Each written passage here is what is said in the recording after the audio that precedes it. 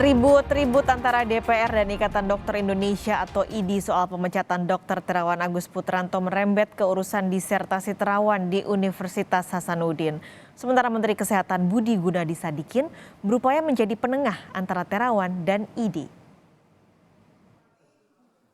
Dalam rapat dengar pendapat dengan Komisi 9 DPR pada 4 April lalu, Majelis Kehormatan Etik Kedokteran IDI menjelaskan kelemahan dari penelitian Dr. Terawan Agus Putranto mengenai metode cuci otak tahun 2016 silam. Kelemahan itu antara lain penggunaan heparin untuk mencegah pembekuan darah hingga ketiadaan uji pembanding sebagai kontrol terhadap penelitian. Lulusnya Terawan, meski disertasinya punya sejumlah kelemahan, dianggap Majelis Etik IDI muncul karena ada tekanan eksternal ke pihak Universitas Hasanuddin.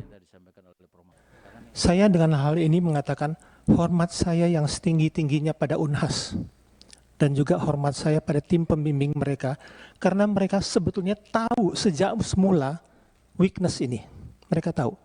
Cuma mereka terpaksa mengiyakannya karena ada tekanan eksternal yang saya sama sekali juga tidak tahu itu bentuknya apa. Klaim Profesor Yanto buru-buru dibantah pihak Universitas Hasanuddin. Unhas disebut-sebut, oke, kita terima karena itulah bagian dari tanggung jawab Unhas yang telah meluluskan Dr. Terawan sebagai doktor. Tapi perlu diingat bahwa Unhas menjaga independensinya sampai Dr. Terawan lulus sebagai doktor. Setelah Dr. Terawan lulus sebagai dokter, Unhas tidak bisa lagi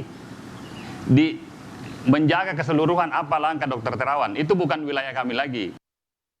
Menurut dokter senior sekaligus guru besar Fakultas Kedokteran UI, Daldiono, gugatan terhadap metode Terawan yang tak lazim dalam ilmu kedokteran terletak pada dua pendekatan yang berbeda. Menurutnya, perdebatan bisa diselesaikan dengan mempertemukan kedua pendekatan itu. Kita nggak bisa bilang siapa salah bisa benar karena tolok ukurnya harus beda. Tolok ukur Dr. Terawan itu satu, ini inovasi. Yang kedua, aman. Yang ketiga, pasien senang. Lalu perubahan kliniknya sangat signifikan. Apakah itu cukup? Belum, maaf ya, belum ya. Sedangkan dari IDI, MKEK, premis dasarnya evidence based. Nah ini sebenarnya kalau ini dipertemukan dengan tadi disebut oleh Dr. Windu tadi dengan kontrol, udah selesai. Pasca memecat secara permanen dokter tentara Terawan Agus Putranto, banjir kecaman dari sejumlah elit politik menghampiri IDI. Pada umumnya, elit politik adalah pasien Terawan untuk cuci otak yang jadi materi disertasinya di Universitas Hasanuddin. Ini ada 2.500 dokter muda yang tidak lulus uji kompetensi dan bakal menganggur ini. Terus apa yang dilakukan IDI kepada mereka? Apa yang dilakukan IDI? Cariin jalan keluar? Enggak. Dibiarin begitu saja. Kemudian enak-enak mecat-mecat kalau nggak setuju. Bubarin aja IDI-nya. Ngapain orang cuma organisasi profesi kok. Terkait dengan kehadiran DPR itu melekat fungsi dari DPR ya.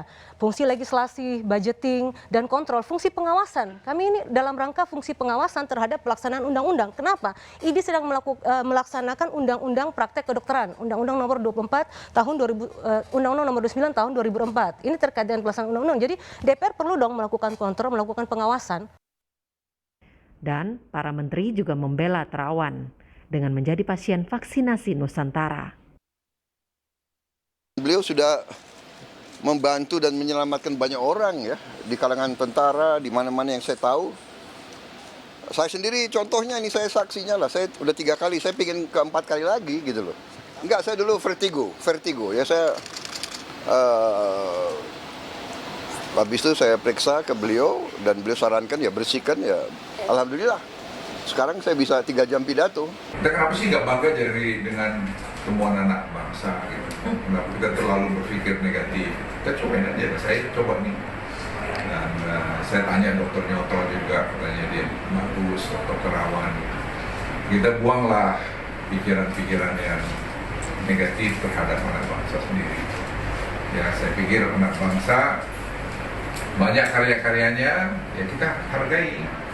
Apa mesti dari luar semua, kan tidak. Lalu sejak kemarin, Menteri Kesehatan Budi Gunadi Sadikin mengumumkan menjadi penengah dalam konflik Terawan dan Ikatan Dokter Indonesia (IDI). Dua-duanya saya sudah ketemu, saya sudah bicara dengan mereka, dan alhamdulillah sudah ada titik temu lah. Sehingga nanti Dokter Terawan dan IDI bisa duduk bareng-bareng untuk bisa mendiskusikan masalah ini. Saya rasa banyak masalah yang lebih besar, bukan hanya di sektor kesehatan. Tadi Bapak Presiden kan menyampaikan masalah ekonomi dunia ini banyak sekali pengaruhnya, terutama ke energi dan pangan. Jadi saya rasa lebih baik kita luangkan waktunya untuk beresin itu. Terawan mangkir dari panggilan Majelis Etik sejak 2015 hingga pemberhentian sementara sebagai anggota IDI pada 2018. Padahal majelis saat itu minta penjelasan soal metode cuci otaknya. Sejak itu pula Terawan bergeming dengan kritik IDI. Terawan baru melawan dengan pembelaan dari kesaksian sejumlah elit politik yang jadi pasiennya pasca diberhentikan secara permanen dari IDI pada 2022. Tim Liputan Kompas TV.